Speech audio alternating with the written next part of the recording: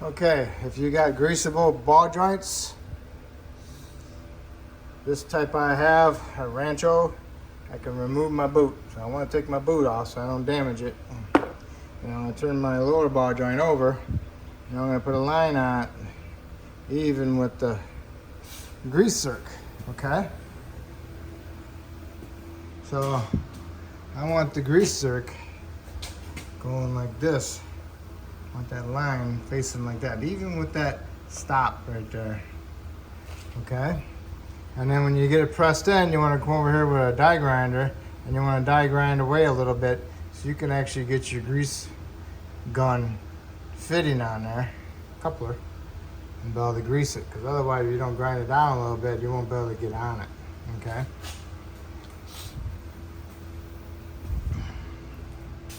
So I'm going to put this in like this,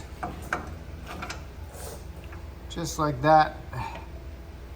What you want to do is you want to get it started, and then you want to take it apart to make sure that it's still facing the direction you want it to go, and not like that or something, okay? And then you got to pound it back out, or use your tool and take it back out. A lot of them fit sloppy on there, and they go off keter a little bit, and if you got a boot on yours, then it just don't fit right. So I'm gonna use that onto here,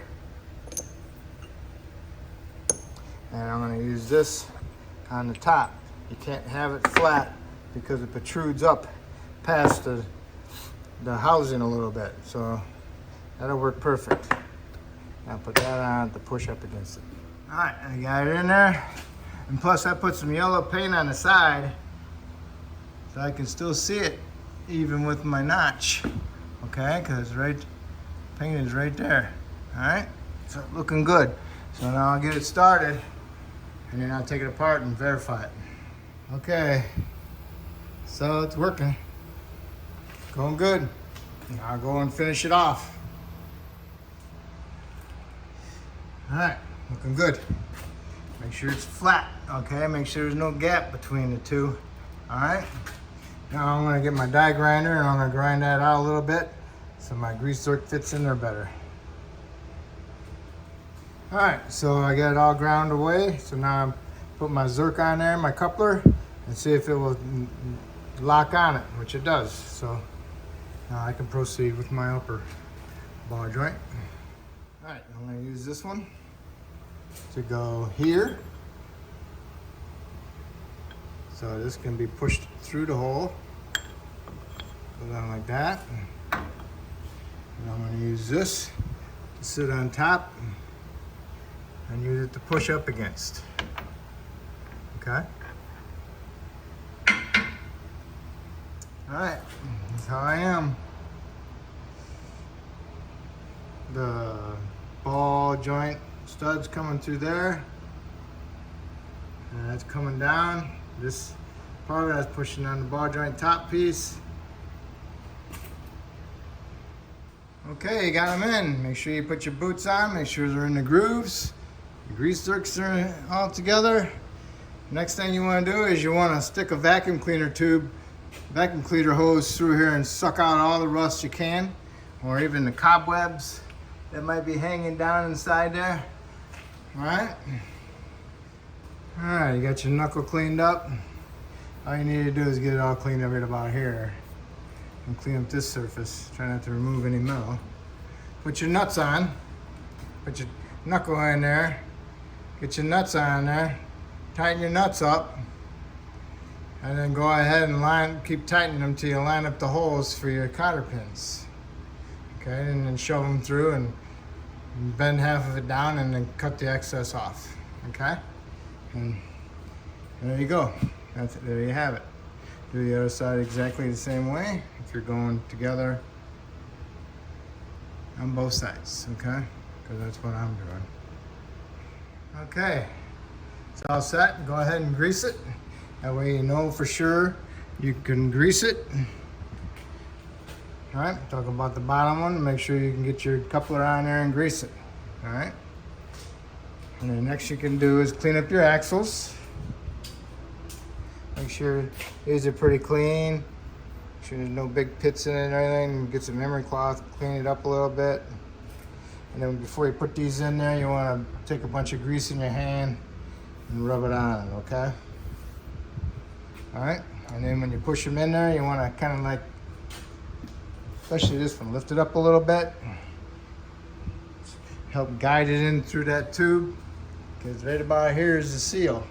So you want to help pick it up over here as best you can and push it in there. And we vacuumed it out, removed any loose rust. So hopefully that won't get stuck to the grease on the axle, and good luck. Just make sure when you're getting close to the end, you want to turn your axle back and forth so you can get it lined up into the splines, okay? You don't want to just push it, okay? You just push it in there.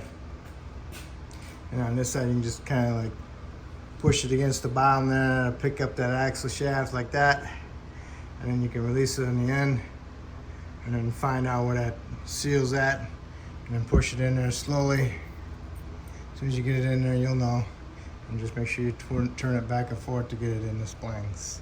Okay, so now all you need to do is put some anti-seize inside here, and on your splines, and on your threads. So now when you put your hub bearing on there with your brake shield, you'll be all set and ready to go. All right, next thing you need to do is put some anti-seize in there on the outside and on your splines and on the inside. And then I'll put some anti-seize on my hub. That way it's on both sides of the heat shield, dust shield, backing plate, okay? Then what you want to do is you want to pick it up and put it on there and twist it and turn it and push it onto the splines, and then have your bolts ready to go. Have some Loctite on the threads and get them started, and then snug them up, and then you'll need to torque them. Okay, got the hub bearings mounted. Got the bolts snugged up. Now you need to torque them to 75 foot-pounds. Number to 13 millimeter, 12 points, 75 foot-pounds, okay? Then after you do that, then you need to torque your axle nuts to 175 foot-pounds. And remember, you got a washer and the big nut, okay? But we don't have anything to hold it at the moment, so we're gonna wait till we get our brakes on there, and then we'll do that, okay? So after you got these bolts tightened for the hub bearing, next you wanna do is put your rotor on. So you wanna put some anti-seize on here inside your hub to keep it from rusting, and okay?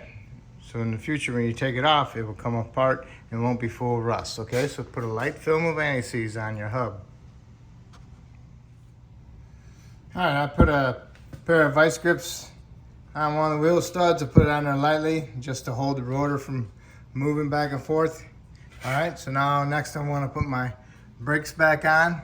So I'm going to take my whole caliper assembly and I'm going to put it on like this, okay? Because the upper part of the pads have a notch that goes into the bracket, okay? And then as you're putting it on, you want to make sure your slides pins don't hit the caliper bracket part, okay? So just make sure these are out of the way, all right? Okay, you got your calipers on. Next you need to do is snug up your caliper bolts, and then you want to tighten those to 25 foot-pounds. There's two of them, right?